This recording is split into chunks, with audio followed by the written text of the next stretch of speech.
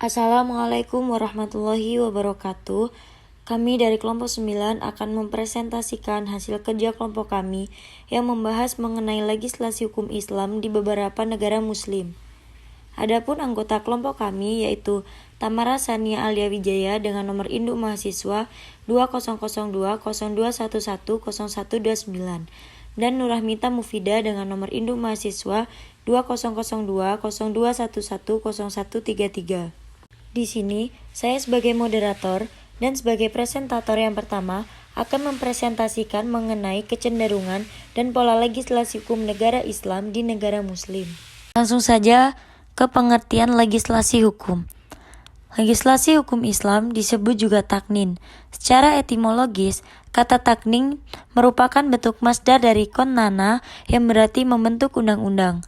Ada yang berpendapat kata ini merupakan serapan dari bahasa Romawi, canon, namun ada juga yang berpendapat kata ini berasal dari bahasa Persia. Seakar dengan taknin adalah kata konun, yang berarti ukuran segala sesuatu dan juga berarti jalan atau cara atau toriko. Konun al-ahkam berarti mengumpulkan hukum dan kaidah penetapan hukum tasri yang berkaitan dengan masalah hubungan sosial, menyusunnya secara sistematis, serta mengungkapkannya dengan kalimat-kalimat yang tegas, ringkas, dan jelas dalam bentuk bab, pasal, dan atau ayat yang memiliki nomor secara berurutan, kemudian menetapkannya sebagai undang-undang atau peraturan. Lantas disahkan oleh pemerintah sehingga wajib bagi para penegak hukum menerapkannya di tengah masyarakat.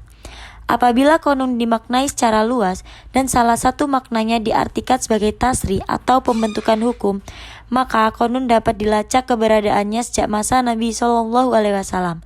Akan tetapi, apabila konun diartikan sebagaimana konsep hukum sekarang, yakni hukum tertulis yang bersikap mengikat, temporer, dan memiliki sanksi, maka konun dalam konsep tersebut tidaklah dapat diterapkan kepada masa Nabi SAW. Memang benar bahwa di masa Nabi SAW pernah ada piagam Madinah atau Sohifah Madinah yang berisi tentang hak dan kewajiban warga Madinah, baik muslim maupun non-muslim, untuk menjaga kedaulatan Madinah. Oleh ahli hukum dikatakan bahwa piagam Madinah merupakan konstitusi negara yang tertulis. Jadi, munculnya legislasi hukum Islam merupakan konsekuensi dari perkembangan hukum Islam itu sendiri agar mengikat dan mempunyai daya paksa untuk diberlakukan setelah mempunyai kepastian. Di sisi lain, munculnya legislasi hukum Islam adalah sebuah jalan keluar dari berbagai macam perbedaan dalam menanggapi polemik, kesenjangan, dan isu-isu kontemporer dalam permasalahan hukum Islam. Dan selanjutnya adalah kecenderungan pola legislasi hukum Islam di negara Muslim. Perkembangan pembaharuan hukum Islam dalam bentuk perundang-undangan dan peraturan-peraturan hukum tidak terlepas dari pengaruh yang ditimbulkan oleh penjajahan yang terjadi di dunia Islam. Sebelum penjajahan, di saat negara-negara Islam berada dalam satu daulah, hukum Islam yang berlaku secara tradisional berpedoman dengan kitab-kitab fikih yang dikembangkan pada fuqaha pada masanya.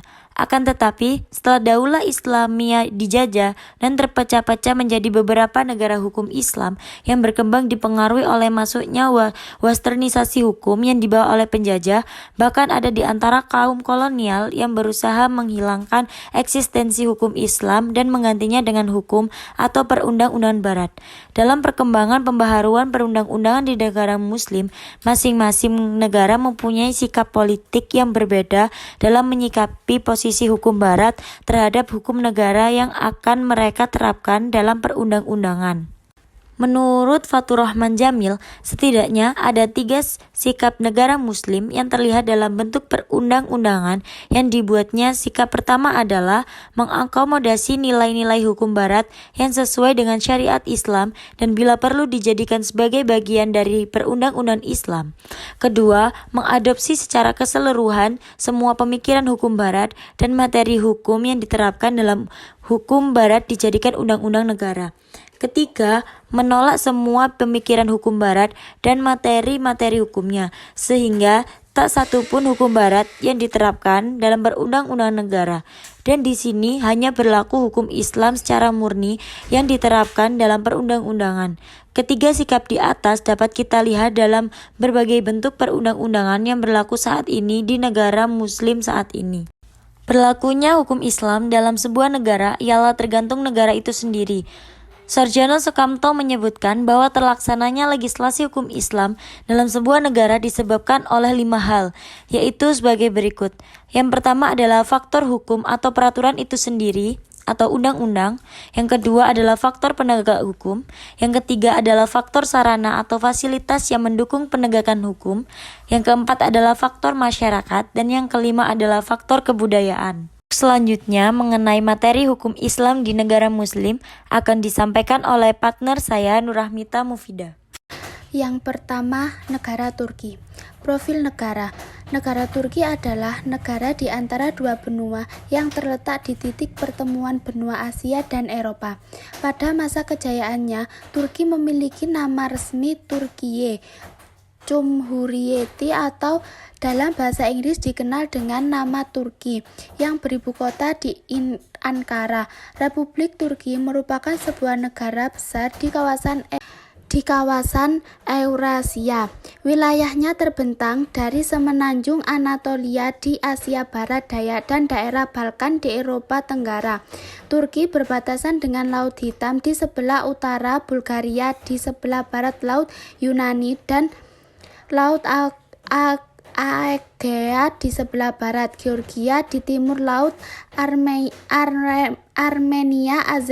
Azerbaijan dan Iran di sebelah timur, Irak dan Suriah di tenggara, dan Laut Mediterania di sebelah selatan. Laut Marmara yang merupakan bagian dari Turki digunakan secara internasional untuk menandai batas wilayah benua Eropa dan Asia, sehingga Turki dikenal sebagai negara transkontinental. Keberadaan Turki yang secara geografis berada di dua benua, Asia dan Eropa. Politik hukum di negara Turki dibagi menjadi 3 periode. Yang pertama periode pra-Islam, yang kedua periode Islam, dan yang ketiga periode modern. Selanjutnya produk hukum negara Turki. Yang pertama Undang-Undang tentang Hak-Hak Keluarga atau Konun Al-Qorar Al-Hukak Al-Alai Al-Utsmaniyah 1917 yang ditawarkan oleh Sultan Turki, dan undang-undang tersebut bermadzhab Maliki. Yang kedua Undang-Undang Hukum Sipil atau Perdata Sivil Code 1926.